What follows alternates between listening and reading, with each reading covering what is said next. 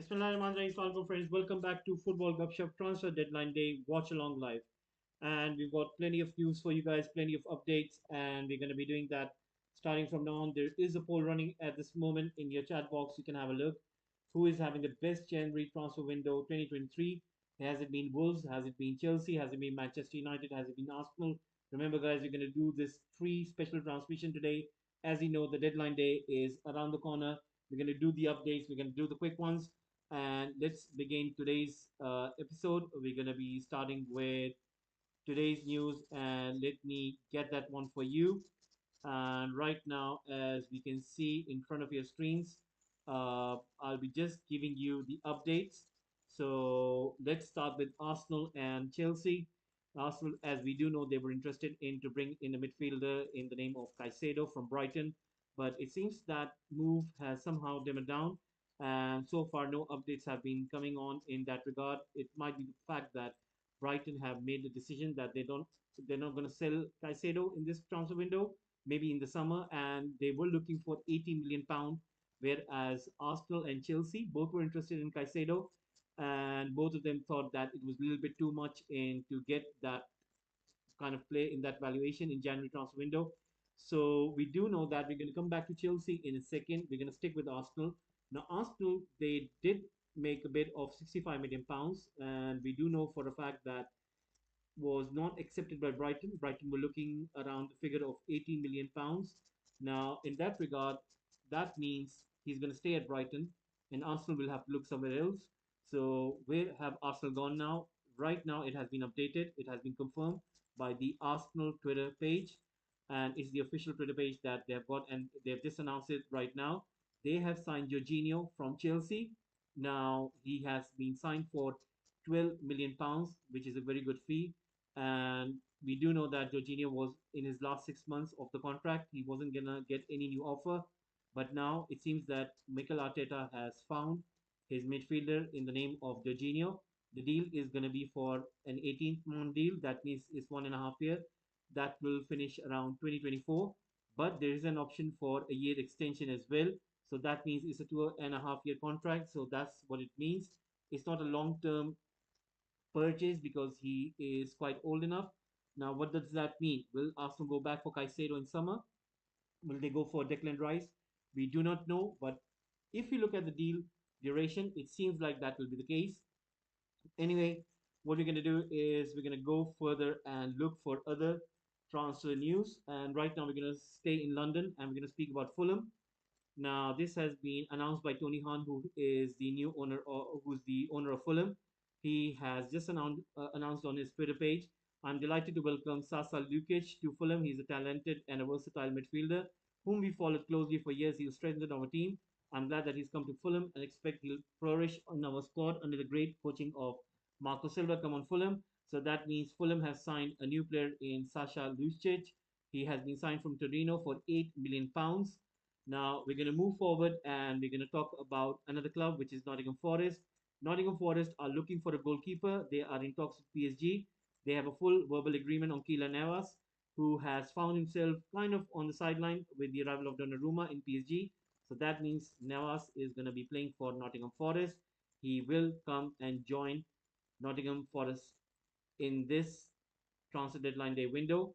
And Navas has already accepted days ago, so play side was not an issue. So it was just between the clubs, and that has now been accepted. So that means he will play for Nottingham Forest and he will play in Premier League. Now we're going to go move forward and we're going to look for another news. This is outside Premier League. This has to do with Bundesliga and Eredivisie. It has to do with Thorgan Hazard, Eden Hazard's brother, who played for Borussia Dortmund. He has apparently joined PSV Eindhoven on loan. PSV, remember, they lost Cody Gakpo earlier in this window. Then they also lost Madueke to Chelsea earlier in the window. So now they have brought in a replacement in the shape of Hazard, Thorgan Hazard, who is the brother of Eden Hazard. Now we're going to come back to London into the Premier League and we're going to be speaking about Chelsea at this moment. Remember, Chelsea, they bought so many players, they've done so many incomings, and they're looking for outgoings for some of their players. And we do know that they have a lot of players on their books who they want to get rid of them. And one of them is Hakim Ziyech. Now, Hakim Ziyech wants to move to PSG. and he wants to do it on this deadline day. PSG and Chelsea are on the verge of unlocking Hakim Ziyech deal. The deals are being discussed in order to get it signed. Ziyech did receive other proposals, but he seems to be edging closer to get to PSG move. Now we're gonna go forward and see what else do we have. Fulham are also expected to sign Cedric on loan. Let's see if they will be able to do that. Cedric who plays for Arsenal. So let's see if that is going to happen. And right now, we're just getting an update, and I'm just going to get back to you. It has to do with Manchester United. And we do know that the Manchester United have lost Eriksen. They have also lost Donny van der Beek. They haven't got enough midfielders. Scott McTominay is injured as well. So they're looking for a midfielder. And that comes in a name of Sabitzer from Bayern Munich. Now, the story here lies is this that Erik Ten Hag wanted a midfielder. He was interested into bringing Gravenberg, who plays for Bayern Munich, but apparently Bayern Munich don't want to let him go. So Erik Ten Hag had to look for some other player, and in that case, he has found Sabitzer, who is quite a different kind of player in terms of comparison to Gravenberg. Gravenberg is more of a dribbler, whereas Spitzer is more of a passer. And the deal is looking to be a loan deal. So that means it's just going to be for 6 months. He's just going to come to Manchester United, get some play time, help United into get that top four position, and then go back to Germany and see if he can get moved somewhere else. So it's a short-term fix. That is what United are going to do. Let's try to see and what other news we have now. Start. I wanted to start this program with Chelsea and specifically with Enzo Fernandez, who is one of my favorite players, and I think that he's a really lovely player. Enzo Fernandez is. Hello, Billy. Thank you very much for tuning in. Hello, Dimba. Thank you very much for tuning in. Hello, guys. Now we do know that Enzo Fernandez, Billy, you're having one hell of a transfer window, and I'm sure you're really having a lot of fun. And I think that you're going to be signing one hell of a player in Enzo Fernandez, and I'm really glad for you that Chelsea fans are going to be having one great team. You signed Modric, you signed Madueke, you saw Badiashile, you bought. Now you're gonna buy Enzo Fernandez. I mean, one can envy, but you're gonna get a really special player. And I'm gonna come back to that one now. What has happened is, why is it taking so much time for Enzo Fernandez? I'm gonna let you know in a second. Basically, what's happening is apparently Benfica want a payment schedule from Chelsea, which basically means is this that they want payments in three installments to be done in 2 years' time. Whereas Chelsea, they are looking for payments to be made like six payments in 5 years' time.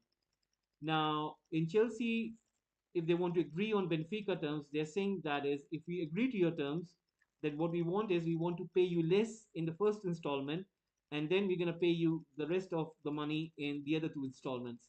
That is what Chelsea are asking from Benfica.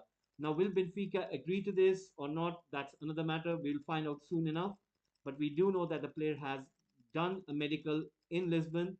So what it means is this: let's say if both of the clubs do agree the deal, in that case scenario, the medical would have taken place already.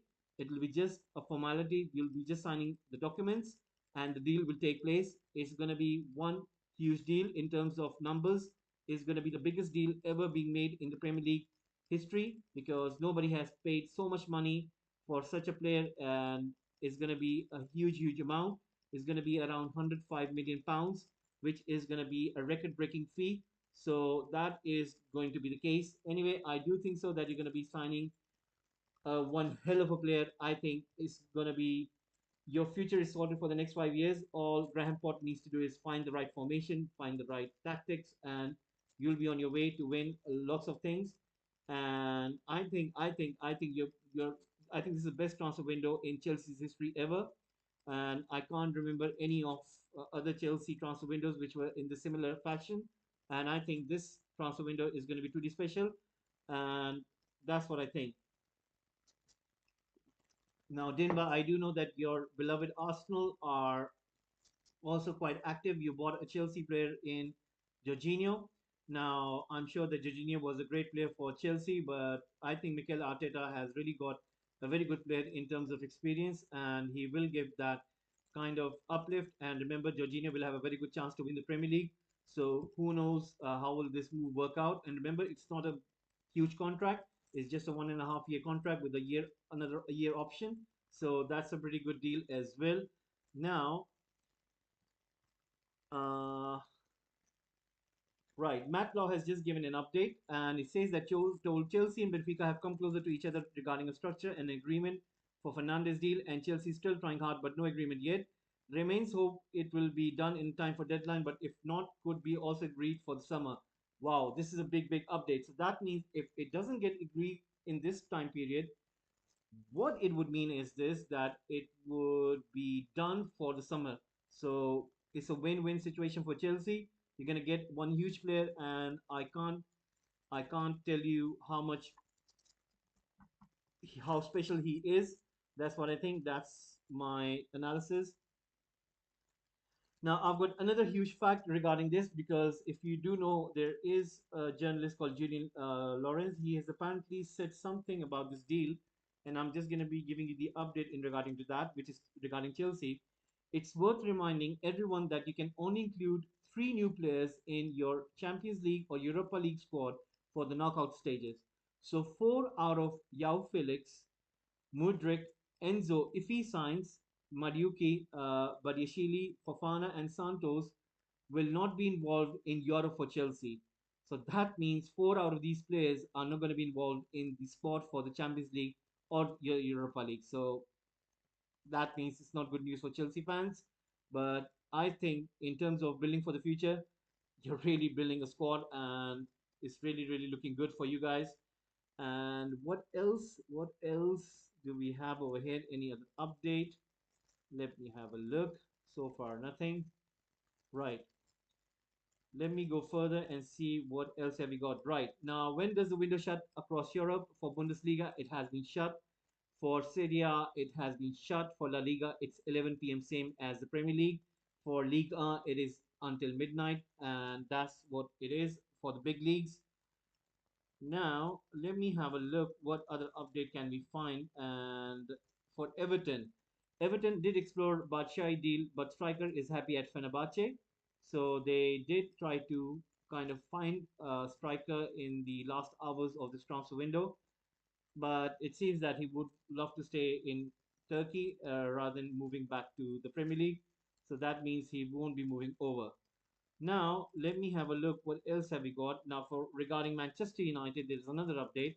Apparently, Isco, Saul, Aor, and Carrasco were offered to Manchester United, but apparently United settled for Sabitzer, and that has been the case. So United went for a player who would kind of just give them a good cover for the period of 6 months, and then they will look something else in the market. So it seems that United have worked out in a very short-term fix rather than a long-term fix. So that is the case.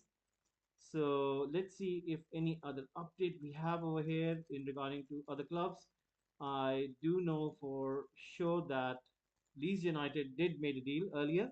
Yes, I've got it. It is Lorente who has moved to AS Roma, and he has completed his loan move to Roma. He played for Leeds United, whereas now he's going to be playing for Jose Mourinho's side in AS Roma. Now, let's talk about Leicester City. We do know that Telemans is also on his last 6 month contract at Leicester City. What is going to happen? Is somebody going to come in for him or not?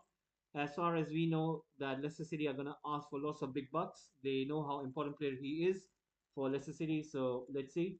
Jorginho to Arsenal is a bit of a weird one. If this squad can gel in the next few seasons, we can be up there competing for top four, maybe even more. That is true, Billy. I do think so as well. That might be the case. And let's see if it's gonna be that or not. And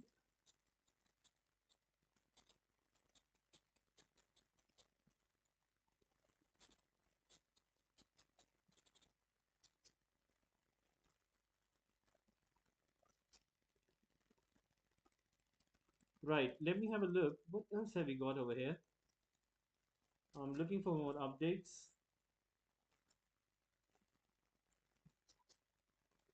Right, let me see. I'm looking for more.